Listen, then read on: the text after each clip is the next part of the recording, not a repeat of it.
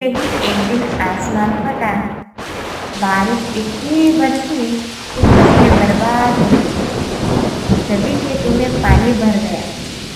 खेत के चारों तरफ पानी भर चुका था। दत्ता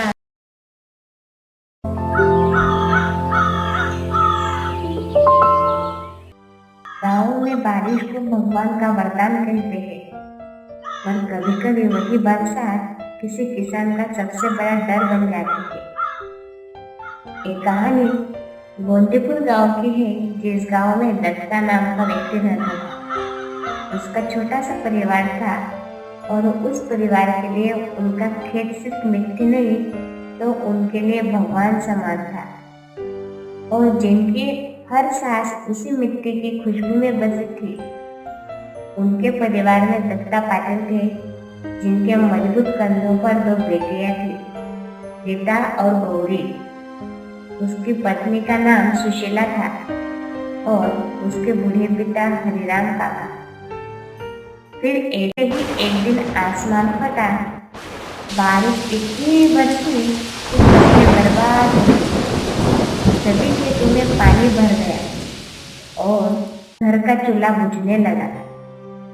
पर मिट्टी के बेटे हार मानना नहीं जानते थे। आज हम देखेंगे कैसे बारिश ने खेत छीने और उसी बारिश ने उम्मीद भी जगाई।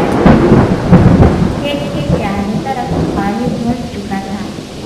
दत्ता और उसके बूढ़े पिता जल्दी जल्दी में खेत की तरफ जाने लगते हैं, और देखते ही तो क्या, उसके खेत की सभी फसल बर्बाद हो चुकी थी।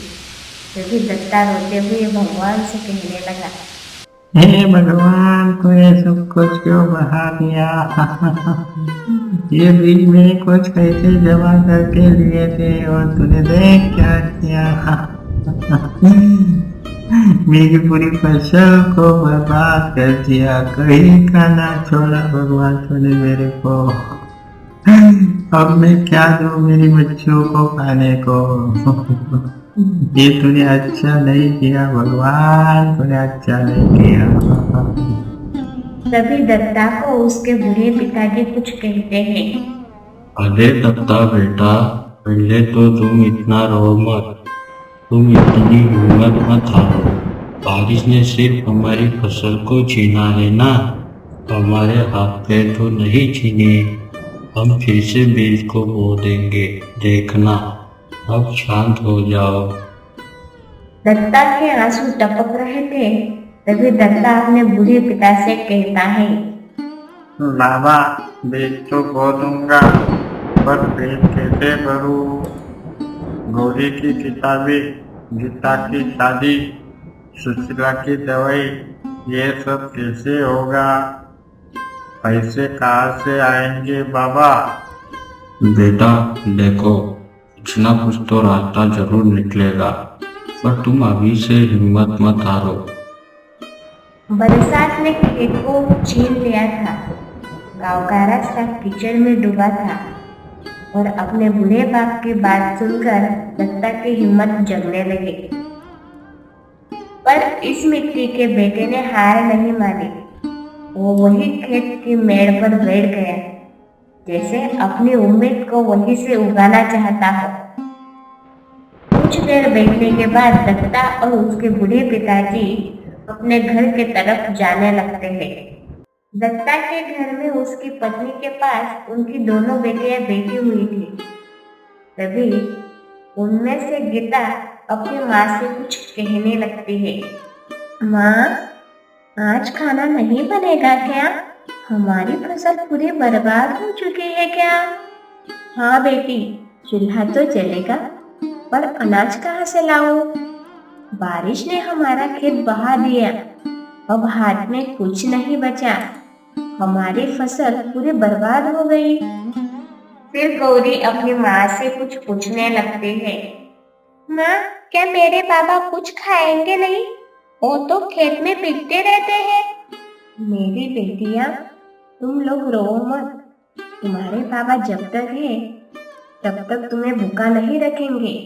हम फिर फसल को उगाएंगे बेटा, और इस बार ज्यादा मेहनत करेंगे तो फसल और भी ज्यादा अच्छी होगी। तभी गौरी अपने माँ से कुछ कहने लगती है। हाँ, आप बिल्कुल ठीक कह रही हो, लेकिन बाबा तो बहुत ही तनाव में होंगे, हमें उनके लिए कुछ करना चाहिए। ऐसे ही माँ बिटिया आपस में बात करती रहती है और इस घर की दीवारें भीग रही थी। चूल्हा बुझ गया था, पर औरत की हिम्मत अब भी जल रही थी। सुशीला जानती थी मिट्टी तो सूख जाएगी, लेकिन उम्मीद नहीं। फिर अगले दिन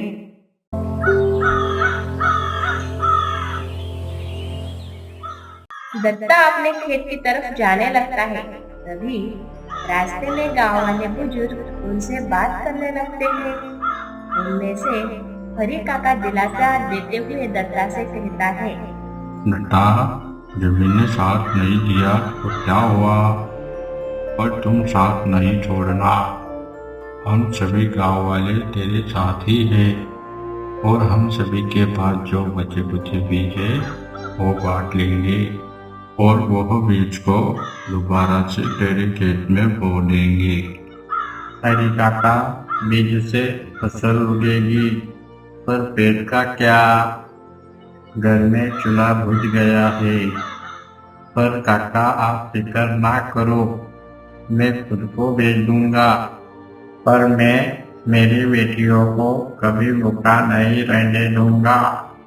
तभी वहाँ दूसरा बुजुर्ग नाना काका दत्ता से कहने लगते हैं।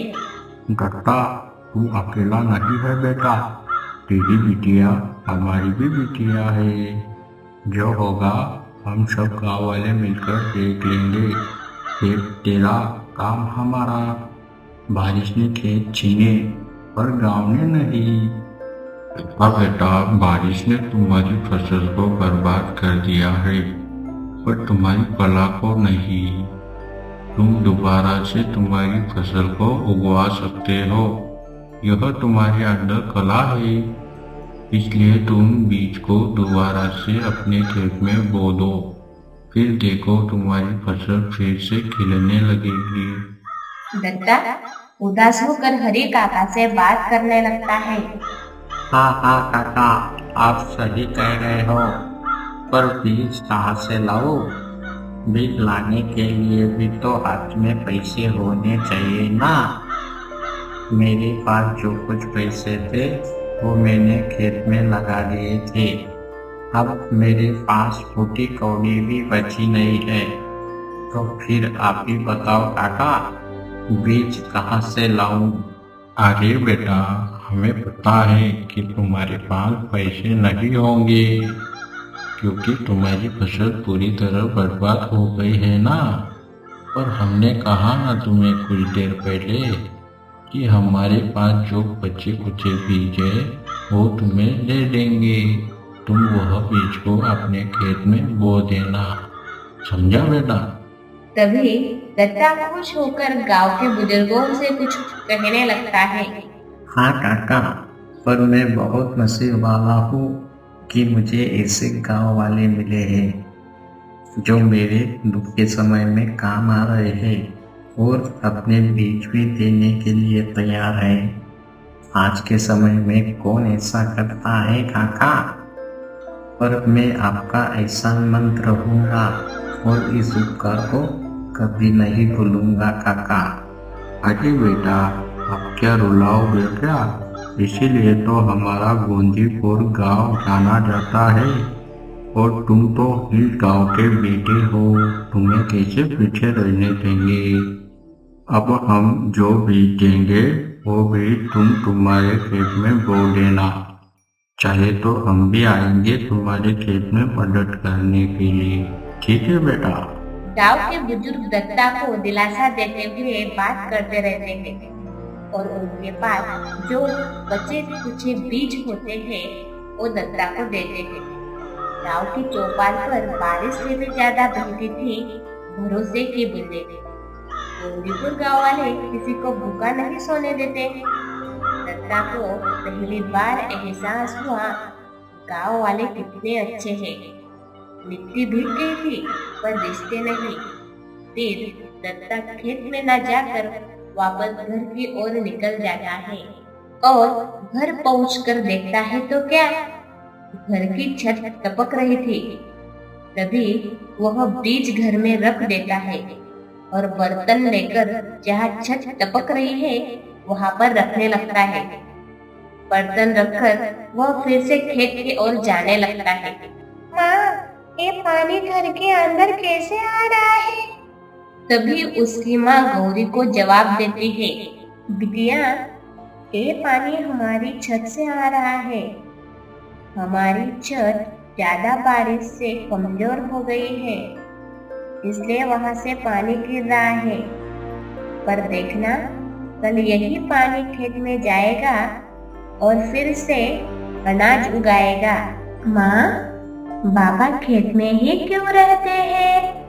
क्योंकि बिटिया, बाबा की जान उस मिट्टी में बसती है।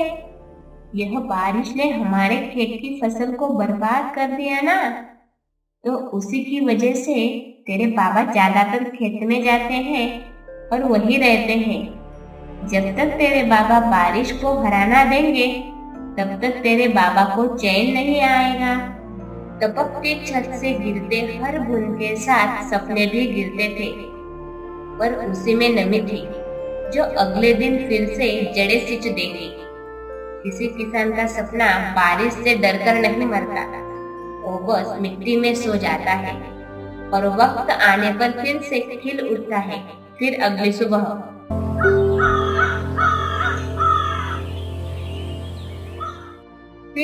सुबह दत्ता अकेले फावड़ा लेकर खेत की ओर जाने लगता है। फिर तभी दत्ता के बूढ़े पिता सोचने लगे कि मैं घर में बैठकर क्या करूं? अगर मैं खेत में गया तो मेरे बेटे को कुछ ना कुछ मदद हो जाएगी। तो इस तरह सोचते हुए दत्ता के बूढ़े पिता खेत की तरफ जाने लग जाते हैं। दत्ता के बूढ़े पिता खेत में पहुंचकर देखते हैं दत्ता खुद से बड़बड़ा रहा था और धरती माँ को कुछ कह रहा था। हे मेरी धरती माता, तूने मेरी पहली फसल ले ली, पर कोई बात नहीं। अब देख, तेरे पेट में नया बीज डालूंगा। चाहे मेरा पेट खाली क्यों ना रहे, पर तेरे पेट को खाली नहीं रहने दूंगा। तभी दत्ता के बूढ़े पिताजी पीछे से आवाज देते हुए कहते हैं, अरे दत्ता, तू अकेले क्या करेगा बेटा? गांव के लोग आने वाले हैं, तो हम सब मिलकर करेंगे ना। फिर हल्की हंसी से दत्ता अपने बूढ़े पिता से कहते हैं, बाबा, जब मिट्टी मेरी माँ है तो मैं अकेला कैसे रहूँगा?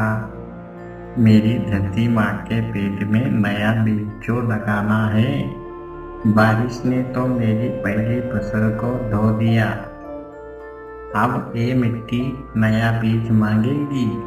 किसान जानता है बारिश खेत को मार सकती है पर मिट्टी को नहीं। बीज मर सकता है पर बीज बोने वाला अगर जिंदा हो तो मिट्टी फिर से मुस्कुरा उठती है। बारिश ने तो सभी गांव वालों के खेत को थोड़ा नुकसान किया था, पर दत्ता के खेत की फसल को पूरी तरह नष्ट-नाबूद कर दिया था। इसलिए सभी गांव वाले दत्ता के खेत में जाने लगते हैं और वहां पर दत्ता को मदद करने लगते हैं। सभी के हाथों में फावड़े थे। तभी उनमें से नाना काका दत्ता से कुछ कहने लगते हैं। दत्ता, इतना कड़क मत बन, थोड़ी मिट्टी हमें भी निकालने दे। तू अकेला कितना करेगा बेटा? अरे नाना काका, ये खेत मेरा नहीं, हम सभी गांव वालों का है। जब सबका पेट भरेगा तभी तो मेरा पेट भरेगा ना। तभी घर से खेत की ओर गीता और गौरी आती हुई, हाथ में पानी का घड़ा है। तभी वह सभी गांव वालों और उनके पिता दत्ता को कहती है, बाबा, सबके लिए पानी लाई हूँ, देखो ना, गौरी भी साथ आई है। आप सब लोग पानी पी लो, थक गए होंगे। तभी सब लोग वहाँ पर पानी पीने के लिए आ जाते हैं। फिर गौरी उसके पिता से कहती है, बाबा, मैं भी बीज बोऊंगी, मुझे भी करना है खेत का काम। अरे मेरी रानी बिटिया, जब तक तो है ना, तब तक कोई बारिश हमारी मिट्टी को हमसे छीन नहीं सकती। गाँव वालों ने उस दिन खेत में सिर्फ बीज नहीं बोए, उन्होंने उम्मीद बोई थी।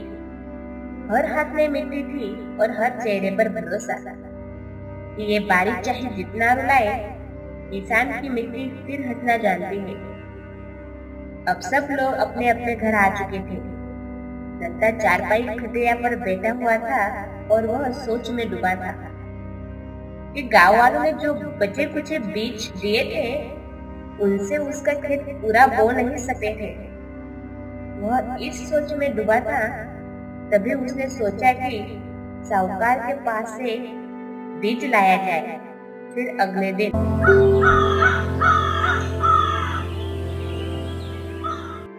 सुबह सुबह दत्ता साहूकार के पास जाने लगता है और जाकर देखता है तो क्या, साहूकार के पास बड़ी लाइन थी। तो वह लाइन में खड़ा हो जाता है। जब उसका नंबर आता है, तब साहूकार उसे कहता है, अरे ओए दत्ता, तू फिर से बीज लेने आ गया क्या रे? तुम्हारी तो पहली फसल डूब गई थी ना। अब क्या गारंटी है कि ये बीज तुम्हें बचा लेगी? हाँ, क्या गारंटी बोल? दत्ता धीमी आवाज में लेकिन कड़े शब्दों में साहूकार को कहता है, गिरा था, फिर उठ गया। अब जितनी बार गिरा उतनी बार नई फसल उगाऊंगा। आप चिंता ना करो, बीज मेरा हौसला देखेगा, बारिश नहीं। अरे दत्ता, तेरी बातें तो बहुत बड़ी बड़ी है ये, पर अगर ये बीज फिर से डूब गई तो क्या बेच कर चुकाएगा उधार? बोल, क्या बेच कर चुकाएगा? और तेरी बच्चियां भी है ना रे, उनको क्या खिलाएगा तू? अगर तू उधार ना चुका पाया तो तेरी जमीन मेरी हो जाएगी, समझ ले इस बात को। हाँ, अगर खेत फिर से डूबे तो मैं खुद को बेच दूंगा, पर आपका उधार चुका दूंगा। और मैं मेरी बेटियों को कभी भूखा नहीं रखूंगा।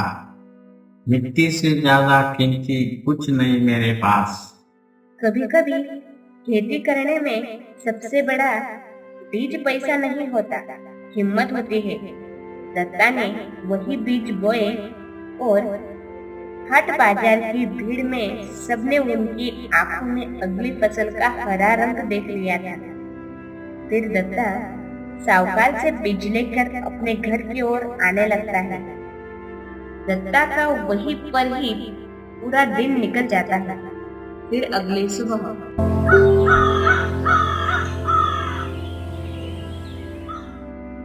सुबह दत्ता के परिवार के सभी लोग खेत की तरफ जाने लगते हैं।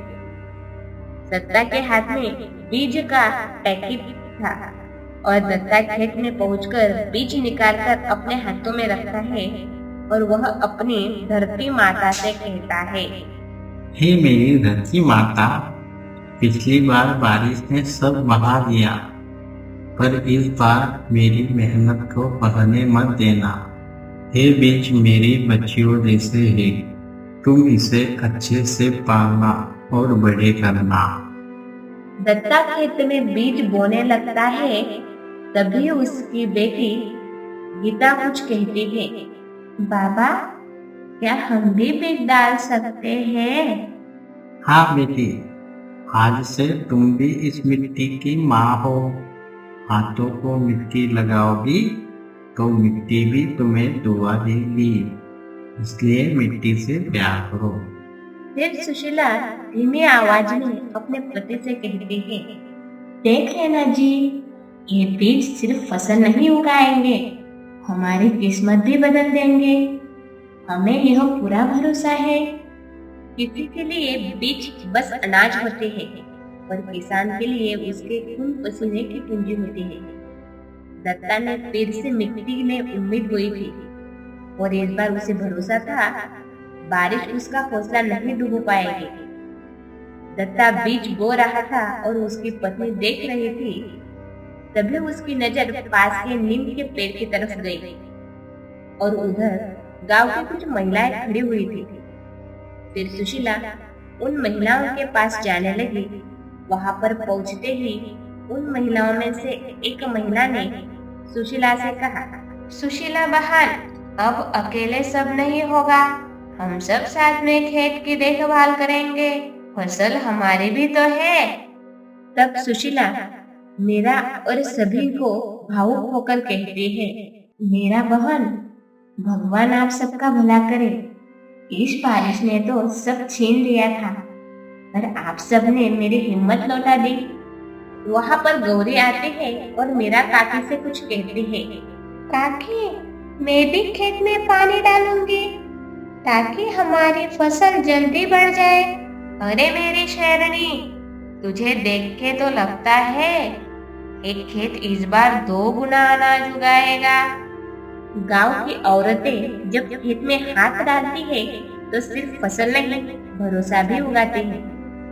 दत्ता तो मन ही मन में सोचने लगता है कि गांव वाले मेरे परिवार को कितना मदद कर रहे हैं। इसलिए हमारा गांव गोंदीपुर सभी गांवों से बड़ा है, क्योंकि मेरा ये गांव किसी को भूखा नहीं सोने देता। मेरे को मेरे गांव पर गर्व है, जो मेरे मुश्किल समय में मेरे साथ खड़ा है। फिर अगली सुबह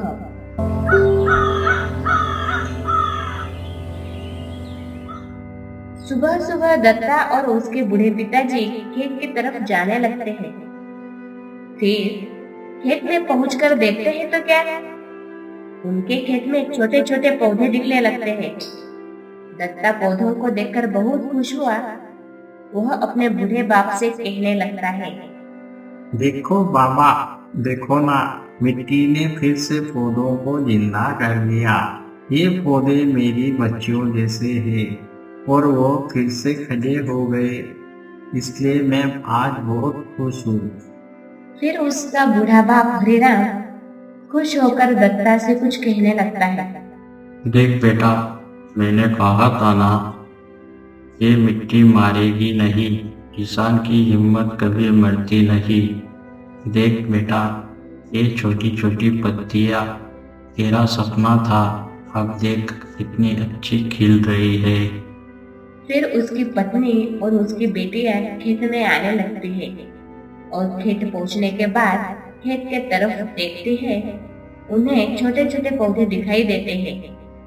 वह उन पौधों को देखकर बहुत खुश होती है। तभी गीता अपनी माँ से कहती है, माँ देखो ना, मेरे हाथ से डाली बीज की लाइन भी उगाई, कितनी अच्छी दिख रही है। देखो ना माँ। हाँ बिटिया, क्यों नहीं अच्छी दिखेगी, क्योंकि मेरी लाडली ने जो लगाई है, देखो कितनी अच्छी लग रही है। किसान को सबसे ज्यादा सुकून तब मिलता है जब पहली हरियाली उसके खेत को छूती है। उस दिन दत्ता ने न जाने मिट्टी और मेहनत का रिश्ता भगवान से भी बड़ा होता है ऐसा माना। दत्ता और दत्ता का परिवार ऐसे ही पौधों को देख रहा था। तभी बादल आने लगे और गरजने लगे। सब लोग ऊपर देखने लगे। ऊपर देखते ही सभी के मन में डर बैठ गया कि अब अपनी फसल फिर से न बह जाए। तभी सुशीला आसमान की तरफ देखते हुए अपने पति को कहती है, ए जी देखो, फिर से बादल आ गए हैं, कहीं फिर से सब न बहा ले जाए। सुशीला के मन में डर बैठ गया था, क्योंकि पहली फसल ऐसे ही बह गई थी। इसकी वजह से उसके मन में डर सा बैठ गया था। तभी दत्ता मजबूती से हाथ पकड़कर सुशीला से कहता है, सुशीला, इस बार मैं बिगूंगा, पर मैं हमारे खेत को बहने नहीं दूंगा। मिट्टी का बांध बना दूंगा खेत के चारों तरफ, क्योंकि हमारे साथ गांव वाले हैं ना, हम सब मिलकर खेत को बहने नहीं देंगे। अब बारिश मेरी दुश्मन नहीं, साथी बन जाएगी। तभी दत्ता के बूढ़े पिताजी हरिराम काका पीछे से कुछ कहते हैं, हाँ हाँ, सही कह रहे हो दत्ता तुम। बारिश से जब डर लगे तो बर्बाद कर देती है, पर हिम्मत साथ हो तो खेत को सींचती है। इसलिए हिम्मत से काम लेना चाहिए। इस बार बारिश भी जान चुकी थी दत्ता अकेला नहीं है। अब सारा गांव, परिवार और भरोसा, ये तीनों मिलकर दत्ता के खेत की दीवार बने खड़े थे। और इस बार बारिश गिरी, पर अभी दत्ता के खेत की फसल को बहाकर नहीं, वो बड़ी बनाकर चली गई। तभी सुशीला के पास महिलाओं में से एक महिला मीरा कुछ कहने लगती है। देख सुशीला बहन, इस बार तेरे घर में खुशियां ही खुशियां होंगी। तेरी बेटियां भी दुल्हन बनेंगी और तेरे खेत में सोना उगेगा। तभी मुस्कुराकर सुशीला कहती है, हाँ हाँ मेरा बहन, मुझे इस गांव ने भगवान से ज्यादा दिया है। बारिश चाहे जितनी गिरे, अब कोई हमें भूखा नहीं रख सकता। फिर दत्ता अपने बूढ़े पिता से खुश होकर कहने लगता है, बाबा, इस खेत ने मुझे अच्छे से सिखा दिया, मिट्टी जब तक नम है उम्मीद कभी सूख नहीं सकती। खेत हरे थे, दिल भरे थे, मिट्टी गीली थी, सपने पके हुए थे। दत्ता का परिवार जान गया था, किसान कभी हारता नहीं। वो बस फिर से बीज को बोता है, फिर से उम्मीद को जगाता है, और मिट्टी उसे जवाब देती है, मैं अभी जिंदा हूँ। अब दत्ता का परिवार बहुत खुश था, सभी लोग बहुत खुश थे। दिन भर काम करने के बाद अब दत्ता का परिवार और गांव की महिलाएं भी अपने अपने घर के तरफ जाने लगती है। बारिश शांत हो गई थी। फिर अगले दिन